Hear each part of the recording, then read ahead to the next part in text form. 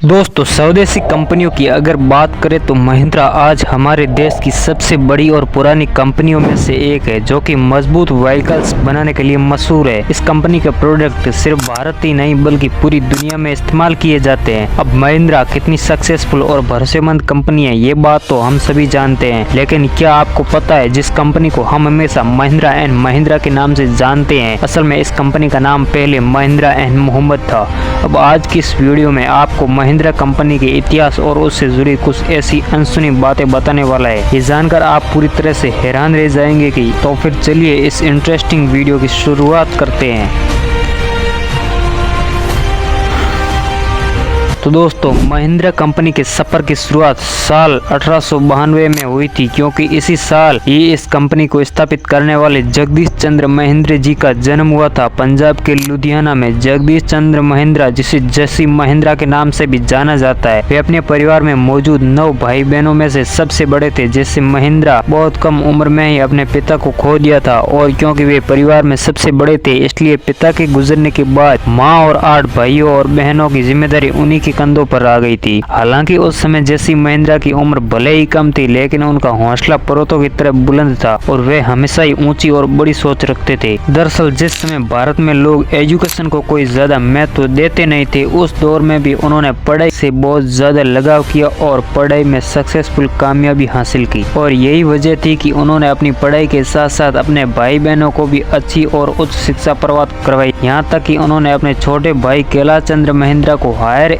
Education के लिए Cambridge university में भी भेजा था, और खुद जैसी महिंद्रा ने अपनी इंजीनियरिंग की पढ़ाई बॉम्बे में विक्टोरिया टेक्नोलॉजिकल इंस्टीट्यूट से पूरी की थी, जो कि आज के समय में वीर माता जीजाबाई टेक्नोलॉजिकल इंस्टीट्यूट के नाम से जाना जाता है। पढ़ाई पूरी होने के बाद साल 1929 में जैसी महिंद्रा को टाटा स्टील कंपनी के अंदर एक अच्छी जॉब मिल गई थी, जहाँ उन्होंने साल 1940 तक सीनियर मैनेजर के पद पर काम किया था। इसके बाद द्वितीय विश्व युद्ध के दौरान भारत सरकार द्वारा उन्हें भारत का पहला स्टील कंट्रोलर नियुक्त किया गया। वहीं जैसी महिंद्रा के भाई कैलाश महिंद्रा यानी कि केसी महिंद्रा की अगर बात करें तो फिर उन्होंने कैम्ब्रिज यूनिवर्सिटी से अपनी पढ़ाई पूरी करने के बाद कुछ साल अमेरिका में जॉब की, और फिर उसके बाद 1942 में उन्हें अमेरिका के अंदर इंडियन परचेजिंग मिशन का हेड नियुक्त किया गया। साथ ही 1945 में जब वे भारत वापस लौट रहे थे तो उन्हें भारत सरकार ने इंडियन कोल फील्ड कमेटी और ऑटोमोबाइल सेक्टर का चेयरमैन बनाया। हालांकि इसके बाद भी इन दोनों भाइयों को सरकारी और कई निजी संस्थाओं से भी बहुत बड़े बड़े पद ऑफर किए गए थे, लेकिन उन्होंने फिर भी किसी भी पद को स्वीकार नहीं किया, क्योंकि तब तक ये दोनों आपस में मिलकर अपना खुद का बिजनेस शुरू करने का मन बना चुके थे। दरअसल उस समय भारत अपनी आज़ादी की लड़ाई लड़ रहा था, और जैसी महिंद्रा को इस बात पर पूरा यकीन था कि भारत जल्द ही अपनी आज़ादी हासिल कर लेगा, और साथ ही वे ये भी अच्छी तरह जानते थे कि भारत के आज़ाद हो जाने के बाद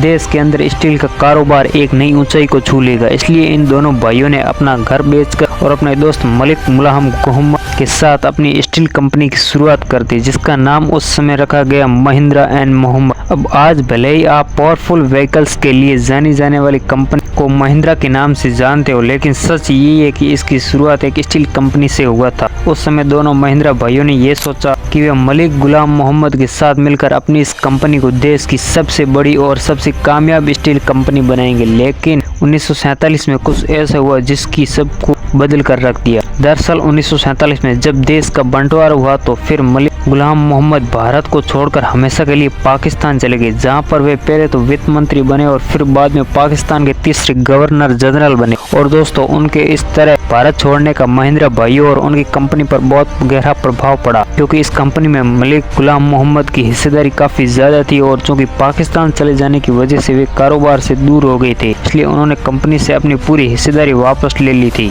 उसमें महिंद्रा कंपनी के लिए बहुत ही ज्यादा मुश्किल से भरा हुआ था, और जब ज्यादातर लोगों ने ये अनुमान लगाया कि ये कंपनी अब ज्यादा समय तक सर्वाइव नहीं कर पाएगी, तो कैसे बनी महिंद्रा आज इतनी बड़ी कंपनी, जानेंगे इसके दूसरे पार्ट में। Subscribe for more videos and part 2 coming soon.